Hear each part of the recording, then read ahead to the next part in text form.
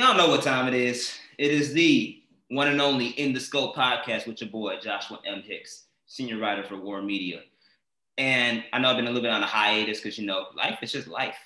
But aside from that, one of the most important components of life for any person is rest, right? You got to be able to rest. You got to be able to take care of yourself.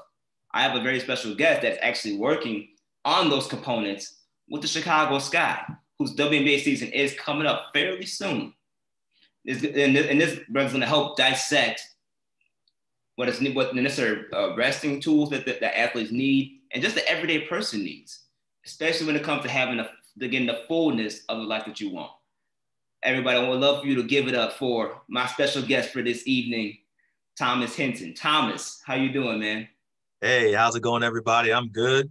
Hey, Josh, thank you for having me on the show. I really appreciate it. I love talking about this stuff. So any chance that I get to do it, I'm all in. Yeah, most definitely, man, because this is very important. Something that's not often discussed a lot, especially when it comes to athletes and performance. To have strong strength and performance at the high level, one of these things is sleep. And you mentioned, obviously, in previous conversations that we've had, that you are a sleeping coach. How did you stumble upon that type of career or that role of, pretty much educating others on how they should be sleeping and taking care of their bodies? Yeah, absolutely. So I'll try to make this not as long-winded as it usually is, but I've been in sleep medicine for 13 years now, and I started off in the sleep lab, actually running sleep studies and dealing with sleep apnea and stuff like that, and sleep deprivation and various sleep disorders. And it was there where I really had the opportunity to learn and witness the architecture and mechanism behind sleep, so what it looks like. So I can say I've seen sleep, and it's really cool. Just how the different stages affect different functions of the body, and then how the transition into different stages affect different functions of the body. And so I took that continued education and training and started working on the pulmonary side of. So the first part was the neural side of sleep, and then the other part of my career was the pulmonary side. And so I ran the sleep medicine part of the practice for a pulmonologist, and I just little by little started helping friends and family with their sleep. They sent their friends and family. And next thing you know, I'm working with strangers. And, a guy just said, "Hey, man, you deliver information really well. You should do this for a living." And I said, I never really thought about that. And so July of 2019 is when I launched my business. And then COVID happened, so it kind of took me back a little bit. But the second half of 2020 was really good to me. I landed one of the top decathletes in the world, getting him ready for Tokyo. I have a swimmer that I'm getting ready for Tokyo. And I have some other pro and semi-pro players. And and then I just reached out to the athletic trainer for the Chicago Sky and just said, "Hey, this is what I do for a living. I love to discuss working with the team and helping them get ready." And next thing you know, I'm talking to the director of operations, and next thing you know, I'm talking and working with the head coach GM James Wade, and and here I am. That's what's up, man. That's what's up. I don't think I know too many brothers that are in the medicine field regarding sleep. Yeah, I mean? No, seriously. Like if you research, like there's not a lot that look like me. I haven't seen any that are doing it that look like me. So I think it's a really niche career that I'm in. All the athletes that I've talked to so far. I mean, there are sleep coaches out there. But there are athletes that I talked to so far, even professionals, like I never even heard of this before. I never heard of a sleep coach, so that's good for me. Yeah, I mean, go more in depth as far as what that is like to be one of the only brothers in this type of industry or career path, and how that really benefits you as far as the clientele for your business, or even just putting yourself out there in a way where supporting Black-owned businesses becomes that much more significant. Yeah, absolutely. It's helped me out a lot. Again, just the position itself being, not that known, but then the fact that, I am a Black-owned business owner, right, or a Black business owner, and so there are a lot of athletes and just the general. I don't work just with athletes. I work with just the general population, and there are some that are like, "Hey, like I never even heard of it, but yeah, I want to go with you." Or like, "Yeah, like I heard of somebody else that's doing it, but I want to support you." So it's really helped me out a lot. Again, plus being the opportunity, like the position that there's not a lot of us out there. So I kind of, in Illinois, from what I've seen and researched, there's no one in Illinois that's doing this on the level that I'm trying to do it, right? And so that's really, really good for me. There are some physicians that are doing it, but I mean, that's far and few between. But to answer your question, yeah, it really helped me out a lot. No, that's really good. And as a brother myself, we should be able to to support each other in these type of avenues, especially in Black-owned businesses. So for sure, for us to be able to have these type of conversations are necessary, and they're very absolutely. important. And at one point I wanted to make, sorry, if you don't mind me, one point I wanted to make is that it is important because when dealing with like other Black people that are having issues, in terms of their sleep and what's causing those issues, I can better relate to them as to why they're having them and help them resolve them. So that's also a benefit as well. Yeah, for sure. Most definitely. I completely agree with that. But now you're also, like you mentioned, you're not just working with, everyday people. You are working with professional athletes, with one of them being the Chicago Sky. I know you talked about how you was able to make the connection and get in with the Chicago Sky. How was it like to work with, professional athletes, especially since, the late conversations that we had all throughout the pandemic about the disparities between men's and women's sports and things that on a professional level and the NBA and the WNBA and how much of a pivotal role that the NBA plays in society, right? Yeah. You're pretty much entering a platform that really enhances those things. And as a Black man, dealing with social justice issues in society, working in a league that is such a proud proponent of social justice. Yes. How was the connection from that regard? If has it impacted you in any way? Have you noticed it? And if so, elaborate on what that really meant to you as you were working with these professional athletes. I'll tell you this, it has, I mean, I'm like hypersensitive to all these things anyway. But it really, working with them, it really and I'm glad this happened. It really forced me to pay more attention to the disparities that are happening in the WNBA in terms of like pay and stuff like that. It forced me to start paying attention to the disparities between just men and women in general. But it also forced me to start paying more attention to all of these different social, injustice, things that are happening. I mean, of course, I was already aware of them, but it forced me to really dive deep, and dig deep and really pay attention to these things. So when I'm talking to, the Kalia Coppers of the world, Azurate Stevens of the world, I even had a conversation with Coach Wade, and I was like, this, working with you guys has really, really forced me to open my eyes and see the different things that are going on. So the things that are important to these girls, I'm paying more attention to that and being more aware of that. And I love that. Like in terms of like women's basketball, I was honest. I never really watched it, and now I am, and I'm glad that I am. So it's just a really good, it's a really, really good experience that's really opening my eyes. And it's just a different lens for me to look through in terms of what's going on in the world. Yeah, I'm glad you brought that up, especially when you talk about the access that women players have compared to men, right? You go to an NBA team, they have top tier everything, the suits, training staff, all the equipment necessary that you need for the athlete to get back to the best possible shape, conditioning wise, health wise, that the athlete needs on a daily basis. The WNBA doesn't have necessarily all that equipment or all those things. So knowing that as a sleep coach or a performance coach in this sense, what was your I guess your goal going into this, and how you were able to utilize the resources that were given to you to achieve that goal? Yeah, so going into it, my overall goal, is to help them optimize and improve their overall performance in order to help them, take them over the top, right? And I talked to the team doctors, I talked to everyone that's pretty much involved with the hands-on with the players. I had conversations with them, and they're like, "Yeah, let's get this guy in here," because they understand what this can do for them in terms of their performance or overall health. Now, the Seattle has somebody on their staff like me, okay, and they've been winning. They've been doing really well, so I want to take that and insert that into their organization. Now, I want to be a part of their culture, right? And really, really help, again, take them over the top. Now, when I talk to the players, I even talk to the athletic trainer. I don't want to step on anybody's toes because, I use different modalities and devices in conjunction with my sleep coaching, okay, just to help them with the recovery and the repair process. So I'm like, hey, these are the stuff that I'm using. You're not using these, are you? Because I don't want to step on their toes, trying to take over anything, so, and it's like, oh no, like we don't have that. Great, use it. Or we do have that, but we don't use it like you're trying to use it, so go ahead and use what you have, and then we can go from there.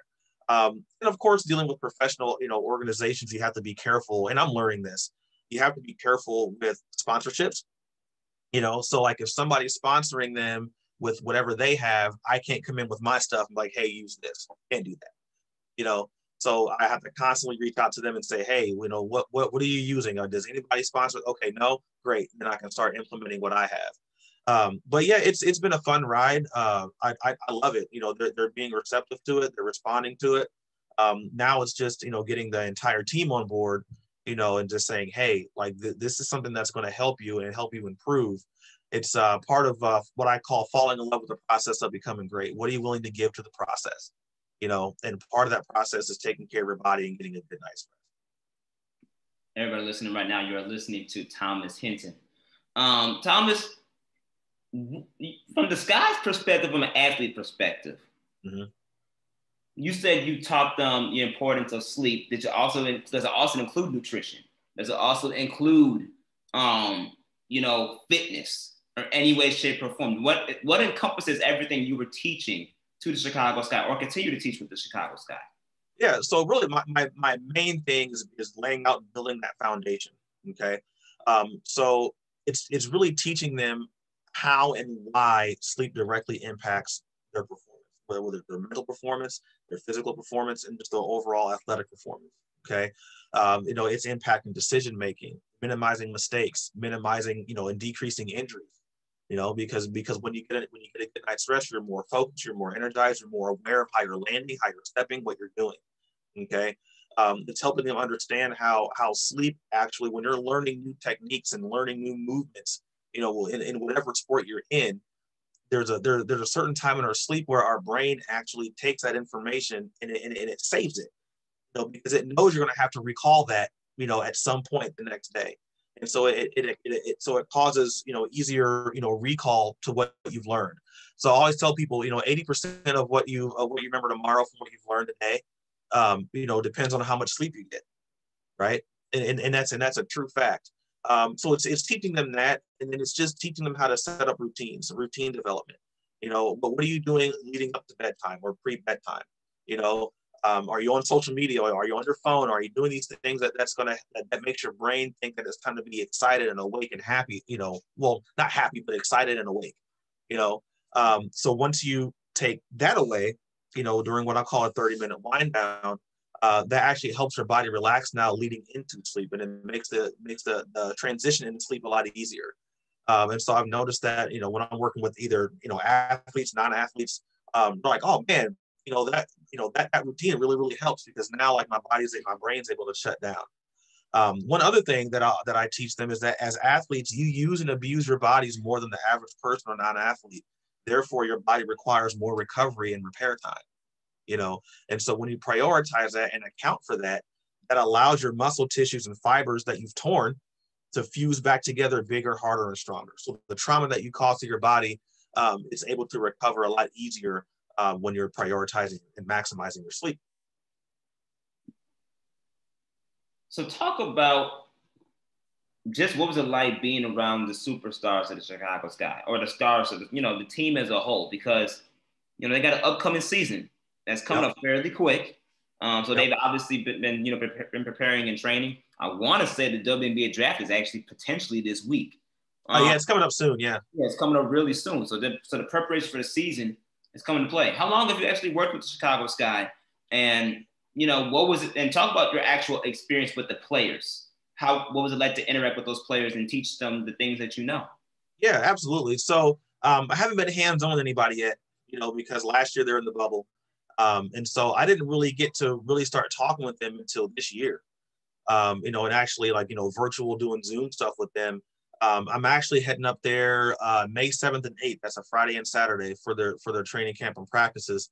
To really like to actually meet people face to face, meet the players, talk to some other players about what I'm doing with the ones that I'm working with now, and trying to get the organization on board, which will be really, really helpful and beneficial for them.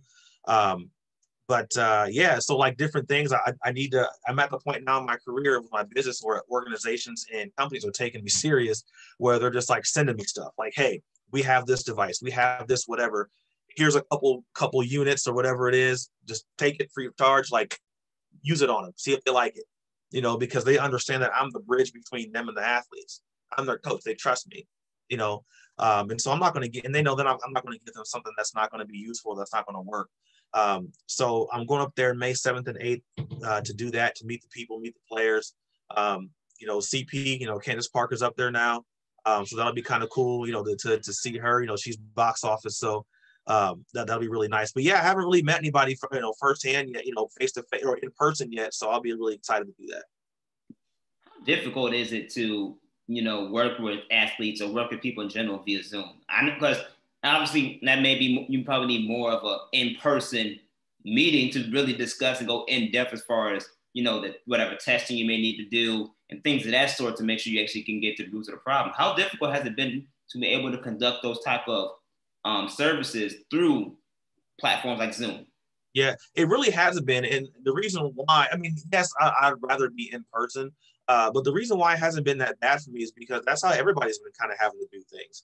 Even the athletes themselves, especially the professional world, because, they really, took COVID serious and was like, you can't go here, you can't do this, you can't do that. And so a lot of their interactions have been with, Zoom a lot with their coaches and other people. So they're used to it. And so now I'm used to it. And so in terms of like devices, like if I have to send them something, I'll just mail it to them. Once they get it, they let me know. And then we do another Zoom and we just kind of go over it together. And then we go from there. Would I rather be there? Absolutely. But I think I will, since the WNBA is playing in market now and not in the bubble, I will be able to be present and to be at the games and actually be there, and work with them. Because I do other things for them from a performance standpoint as well, outside of the whole sleep thing, so trying to help them with their breathing, and their endurance and stuff like that. That stuff matters. Trying to maintain and sustain their energy levels, because they're up and down the court, moving around the court, and so you drain your carb stores and you lose that energy. So I'm helping them with that as well. So there's a lot of different things I'm doing with them. I don't talk about all of it because I have one or two things that I kind of keep close to the vest that I feel separates myself from other people that are doing stuff for them. Because I want us to win. I want us to do well and see them succeed. So now, flip side of when I say that is that I'm not exclusively for them. So like, let's say if I don't know, the Dallas Wings reach out and say, hey, we want to work with you. I would work with them as well. But as of right now, the Chicago Sky, they're all I have right now. So in terms of the WNBA, so I'm all in on them. Talk about the importance of building that trust with the player, so that way you can actually get to the root of the problems that they truly have and help them really heal and improve on their recovery over time. Yeah. That's a big thing. If I'm an athlete, I'm a former athlete, so I played college basketball and things of that sort. So I understand from an athlete perspective, if I'm going to a trainer that supposedly knows what that person is talking about, and then when they operate on me or try to figure out what's wrong with me and I get diagnosed, or I don't get the recovery time that I'm supposed to get or the recovery treatment that I need, I'm going to feel some type of way. I can't trust that person anymore. I'm going to want to go see another opinion. I'm going to go see somebody else. Talk about, I know that's important to build that trainer / performance coach relationship with the athletes. How is that? I know you probably know about that, but have you thought about different ways of really trying to build that, especially since we haven't met a lot of these people yet? You're still trying to get into the swing of things with them. And on top of that, it is COVID. So you have to operate differently, and the in-person component of things isn't really viable right now. Right. So it is, in terms of building the trust, knowledge and information. You can tell when talking to someone within the first, at least I can, within the first 5 minutes, whether or not they really know what they're doing and what they're talking about. And I don't get too sciencey, because I don't want to lose them, and so building that trust is just giving them the information that I feel that they need to be like, oh, okay, this guy knows what he's talking about. And I've gotten that with the ones that I have so far, but also results matter. So as we're doing this, like, okay, well, obviously, like, the athletic trainer and the director of operations and the head coach, they say that they need to work with you, or that I need to work with you. Okay, well, I'm going to give you a chance, And so when I get that chance, first impressions, especially with professional athletes, because people are always after them, trying to get them to do this and do that. And, oh, talk to me, let's do that. So I take that really serious too. So I'm not like, oh my gosh, hey, I don't try to do all that, even though I'm like, hey, this is great, professional athletes, but I have other professional athletes as well. So like, I don't get like, all super fanboyish, like, and that's important too, that, because they get that everywhere that they go, and the last thing you need is a coach acting like that. You know what I mean? But again, also results matter, so when they're actually seeing the results of what I'm doing with them, and it's like, okay, all right, fine. And the players that I have now, they've seen the results. Coach Wade, he's the one that really, is important with this, because his sleep was like way off the reservation. And so I got him to a point now where his wife was thanking me, because like his energy levels were just, were just off the charts. I mean, he's doing things that he doesn't normally do around the house and outside, stuff like that. And even he's feeling the benefits and the difference, and he's excited about it. I mean, he's like, okay, what's the next step? What are we doing next?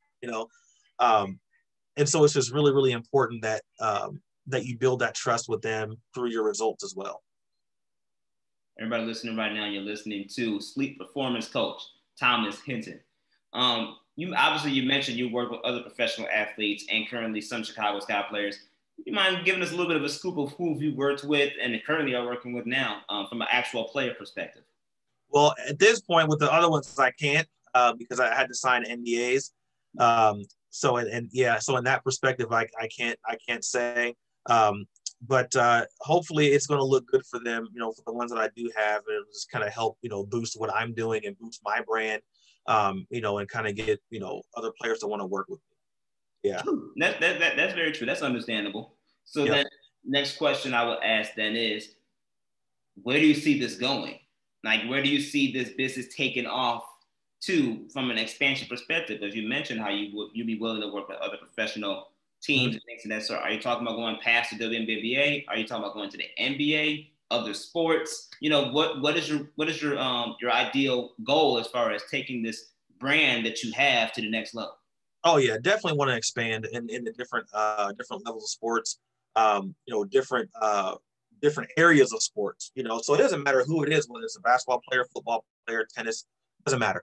I want to get my hand in it all, and I want to help these people, and that's the main thing about me, and that what they gravitate towards with me is my passion for what I do. It's not about, do I want to make a living? Of course I do, but it's not about the money for me. If that makes any sense, that's not what drives me. And so I've seen what that looks like, in the healthcare setting when it's just strictly just money driven. It doesn't really work out that well, especially for people that are individually doing things and they're just driven by the money. A lot of the client care aspect of it goes. I'm that guy. I want my clients to understand that I care about what they care about. I really, really do. Like when they post things, I'm like, hey, here it is. Like, this is my client doing this, and this. Like I want the world to see it. I want to put them on the map as well. So that's really, really important. But I do want to scale. I do want to scale in the other professional athletes, other organizations, and honestly, in order to do that, that shows in my work. And it shows in my results, with these organizations or with these individual athletes. And so once they see that, they'll tell their people, hey man, like, how are you able to do that? Oh man, I'm working with this guy. Oh, next thing you know, there's a reference. Partnering with companies, like I partnered with a company called Deep Sleepwear. They make these sleep hoodies that are designed to help regulate body temperature, while you're sleeping, because body temperature matters. Okay. And I'll tell you why just really quick, if you don't mind. So as our bodies prepare for sleep, our body temperature naturally starts to drop, right? And then when we go into the deeper stages of sleep, like REM, when we dream, our body temperature drops to even room temperature. Okay. So that's why body temperature matters. If you ever notice when you're hot, you don't sleep that well, right? But when you're cooler, you do. And so that's what these sleep hoodies are designed to do. And so two of our players, Kalia and Azrae, they both have one. Kalia hers is on the way. She's supposed to have one. There's some sizing issues, but hers is on the way. But Azrae got hers and she likes it. It's got the built-in eye covers. So partnering with other companies as well, that help add to my brand and say, hey, use this. This helps. And so it's really, really cool once you start diving into it and start working with these people. It's really nice how well it goes. No, that's real. And that's really exciting for you. I'm super happy and excited that, you're really doing this thing. And I can't wait to see what your business is going to do from an expansion perspective, because obviously you have a lot to offer. And for, you to work with the clientele that you have, I'm expecting to see the Chicago Sky go crazy this year because of it, man. I'm expecting to see Coach Wade go crazy on the bench. He already is crazy. He got a lot of energy. Hey, you said it, not me. Okay, I gotta work with him still. Yeah, for sure. I mean, I'm excited. And real briefly, before we get on out of here, we're recording this on a Tuesday, and the schedule for the Chicago Sky just came out. Yep. So it looks like they're going to be playing from May all the way through September. Yeah, September. Yeah. That's 4 or 5 straight months of basketball, not including the Olympics as well. Yep. I think they have 32 regular season games. I think I counted. 30, a little over 30. Yeah, 30 regular season. Yeah, that's a lot. It's a lot of basketball. Oh, yeah. It definitely is. Talk about how important it is going to be for you to be there on a consistent basis for these athletes. Because, I mean, whether people believe it or not, WNBA basketball is fun, fun to watch, it's fun to witness, and it can be very intense. Yeah. And the more intense it gets, obviously, especially considering, from the women's perspective, that can take a toll. And you're talking about not some of those athletes, not saying there's going to be players on the Chicago Sky that's going to be going through this, but you're talking about the Olympics that are coming up. At least the NBA, after they finish the finals, they can go straight to the Olympics and they're done. They're good. They have at least a couple months afterwards to recoup. The NBA players, they're playing mid-season. Yeah. They got that 1 week off to play in the Olympics, and then they come right back to their teams and they're playing for another 2 months. Right. Yeah. So how important is it that you continue to be there for these athletes during those long stretches where you're going to have a lot of road games, you're going to have, a lot of travel in between and things of that sort. How important is it that, you really, really be there to help these athletes when they need them? Because I do expect maybe Diamond DeShields, Candace Parker, and other players to be playing on that Olympic team. I do expect, there's going to be some stretches where it's going to be some ups and downs because of COVID, the impact of COVID, and how it's tying into a season where, last year they played in a bubble. They played a whole season in one location, so they didn't have to go anywhere. Now you're talking about travel, hotel stays, the normal schedule that, quite frankly, can be taxing. Yeah. So to answer that, my main thing that I focus on is recovery. That's going to be the most important thing once the season starts, is helping them recover, in between games. Okay. Well, what are you doing to prioritize your sleep and taking care of your body? Right. Because I tell all my athletes, how you sleep before and after competition directly impacts how your body responds and how it recovers and repairs. Okay. You have to give your body the opportunity to repair those muscle tissues and fibers that you've caused trauma to, during workouts, during training, practice, during games, all these different things. So if they have a game, I think their first game's on the 15th. So if they have a game on the 15th, and then they have a game on the 17th, well, they're going to practice, in between those games, right? Okay, well, their bodies need time to recover to gearing up ready for that next game, and so that's why I exist is to work with, the head coach and the athletic trainers and say, hey, this is what you should be doing. This is what the players should be doing. This is what you should implement schedule-wise for their bodies to recover in order for them to go out there and be, and play well their next game. You can't overload them in between games like that, right? And so these are conversations that I'll be having with them and say, oh, hey, you know what? Okay, well, we're traveling on the West Coast. Okay, well, they're 2 hours behind. Here's how we should do this, right? Because their bodies have to get in sync with that environment in order to play well. I mean, it's documented that when you travel like that, your body's just off because you're not in sync with that environment. You're not used to that environment.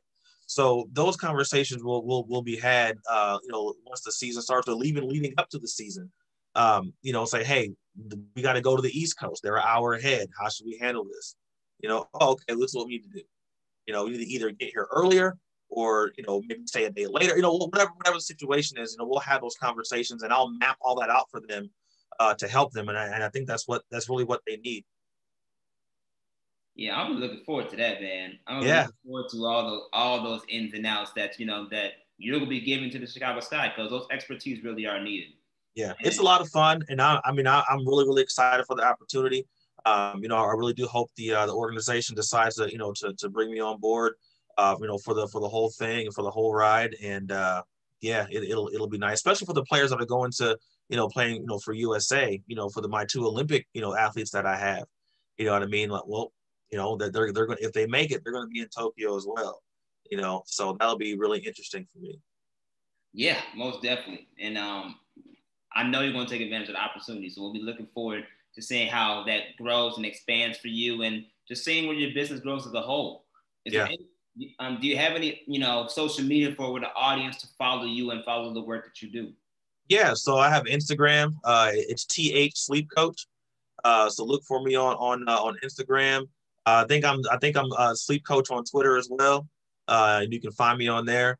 Yeah, absolutely. Like, check me out. And, let me know what you think. If you want to get some work in, let me know. Most definitely. And obviously the audience that's listening now, you can follow me on social media, Instagram and Twitter at Josh M. Hicks Media. And follow War Media on Instagram, Twitter, YouTube, go on Anchor, on all podcast platforms, you name it. We are Regal Radio. We're all over the place doing big things for good causes. And Thomas, man, this is a good cause, man, that you're doing. It's very beneficial and necessary for not just the athletes and professional athletes of the world, but for the average everyday citizen. And, I appreciate you. We appreciate you for the work that you do.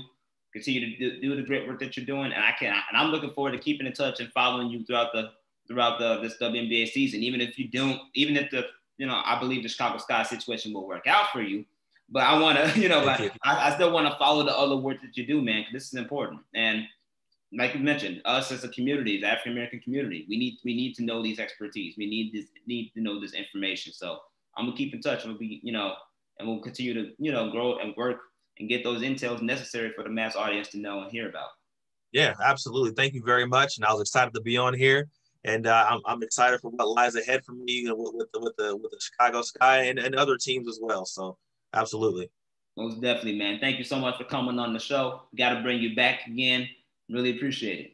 All right. We'll see you.